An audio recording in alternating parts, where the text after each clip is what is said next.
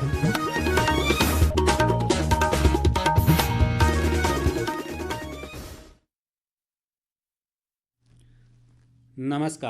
ये आकाशवाणी शिमला है।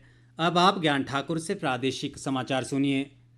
राज्यपाल शिव प्रताप शुक्ल ने आज शिमला के ऐतिहासिक गेयटी थिएटर में श्री राम सेवा संकल्प फाउंडेशन द्वारा आयोजित छात्रवृत्ति वितरण कार्यक्रम में बतौर मुख्य अतिथि शिरकत की। इस दौरान उन्होंने विभिन्न विद्यालयों के 8वीं से 12वीं कक्षा तक के मेधावी विद्यार्थियों को प्रशस्ति पत्र व छात्रवृत्तियां प्रदान की। इस अवसर पर राज्यपाल ने कहा कि शिक्षा प्रगति की आधारशिला है जो व्यक्ति व राष्ट्र के भविष्य को आकार देती है।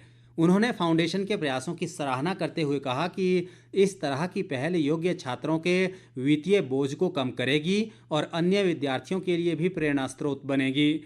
राज्यपाल ने सामाजिक गतिविधियों में फाउंडेशन के योगदान की भी सराहना की। पूर्व केंद्रीय मंत्री व हमीरपुर लोकसभा क्षेत्र से सांसद अनुराग ठाकुर के नेतृत्व में आज प्रदेश के भाजपा सांसदों राजीव भारद्वाज, कंगना रनौत, इंदु गोस्वामी और सिकंदर कुमार ने नई दिल्ली में केंद्रीय वित्त मंत्री निर्मला सीतारमण से भेंट की। अनुराग ठाकुर ने इस दौरान केंद्रीय मंत्री से हिमाचल प्रदेश आपदा जोखिम न्यूनीकरण व तैयारी ऋण समझौते को जल्द मंजूरी प्रदान करने का आग्रह किया। उन्होंने कहा कि केंद्रीय मंत्री ने जल्द ही इसके सफल क्रियान्वयन का आश्वासन दिया। इसके तहत हिमाचल को 900 करोड़ रुपए का ऋण मिलेगा। उन्होंने कहा कि फरवरी 2020 में आयोजित स्क्रीनिंग कमेटी की बैठक में इस प्रस्ताव पर विचार किया गया था। अनुराग ठाकुर ने कहा कि भौगोलिक जटिलताओं के कारण हिमाचल प्रदेश को लगभग हर वर्ष प्राकृतिक आपदा झेलनी पड़ती है। उन्होंने कहा कि प्रधानमंत्री नरेंद्र मोदी के नेतृत्व में केंद्र सरकार ने करीब 1782 करोड़ रुपए की आर्थिक मदद प्रदेश को दी है। केंद्रीय स्वास्थ्य राज्य मंत्री प्रताप राव जाधव ने कहा है कि आयुष्मान भारत प्रधानमंत्री जन आरोग्य योजना के तहत हिमाचल प्रदेश में 144 निजी और 138 सरकारी अस्पताल इम्पैनल किए गए हैं।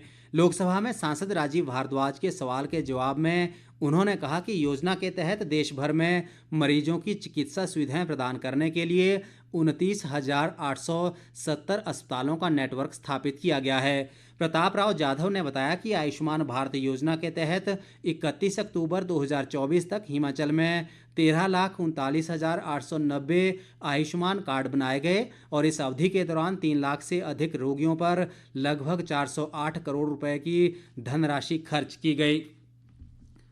केंद्रीय विधि व न्याय राज्य मंत्री अर्जुन राम मेघवाल ने कहा है कि उच्चतम न्यायालय के 11 जनवरी 2022 के निर्णय के अनुसार देश के सभी उच्च न्यायालयों को स्थायी अति संवेदनशील गवाह अभिसाक्ष्य केंद्र समितियां बनाने के निर्देश दिए गए हैं। राज्यसभा में आज सांसद सिकंदर कुमार द्वारा इस संबंध में पूछे गए एक सवाल के जवाब में उन्होंने ये जानकारी दी।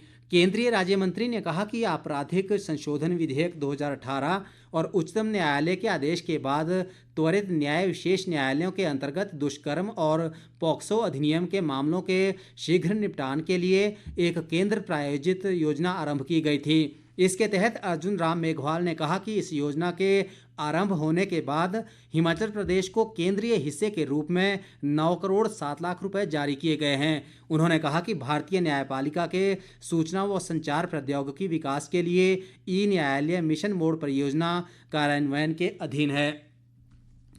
राज्यसभा सांसद इंदु गोस्वामी ने आज नई दिल्ली स्थित संसद भवन में केंद्रीय पर्यटन व संस्कृति मंत्री गजेंद्र सिंह शेखावत से भेंट की। इस दौरान उन्होंने केंद्रीय मंत्री से कांगड़ा जिला के बैजनाथ मंदिर के संरक्षण के बारे में विस्तृत चर्चा की। इस अवसर पर गजेंद्र सिंह शेखावत ने कहा कि बैजनाथ मंदिर के गर्भगृह में स्थित शिवलिंग की जलेहरी संगमरमर से बनी है और इसकी मुरम्मत का कार्य भारतीय पुरातत्व सर्वेक्षण द्वारा कर लिया गया है। उन्होंने कहा कि उचित संरक्षण द्वारा मंदिर के शिखर से पानी का रिसाव रोक दिया गया है और चालू वित्त वर्ष के दौरान मंदिर में टैगिंग व अन्य विकास कार्य करवाने के लिए पर्याप्त बजट प्रावधान किया गया है। पूर्व मुख्यमंत्री व नेता प्रतिपक्ष जयराम ठाकुर ने कहा है कि प्रदेश की कांग्रेस सरकार ने 2 साल का जश्न मनाने में 25 करोड़ रुपए से अधिक खर्च कर दिए, लेकिन सरकार के पास बताने के लिए एक भी उपलब्धि नहीं थी। शिमला में आज एक पत्रकार वार्ता को संबोधित करते हुए उन्होंने कहा कि बिलासपुर में आयोजित जश्न में कांग्रेस नेताओं ने केवल विपक्ष को ही कोसने का काम किया। जयराम ठाकुर ने कहा कि कांग्रेस में गुटबाजी चरम पर है और प्रदेश से राष्ट्रीय स्तर तक के नेताओं में अपने आप को साबित करने की होड़ लगी हुई है। उन्होंने कहा कि सरकार व संगठन में तालमेल की कमी भी जग जाहिर हो चुकी है। इसी के साथ ये समाचार बुलेटिन समाप्त हुआ। हमारा अगला बुलेटिन आप सुन सकते हैं शाम 7:45 पर। नमस्कार।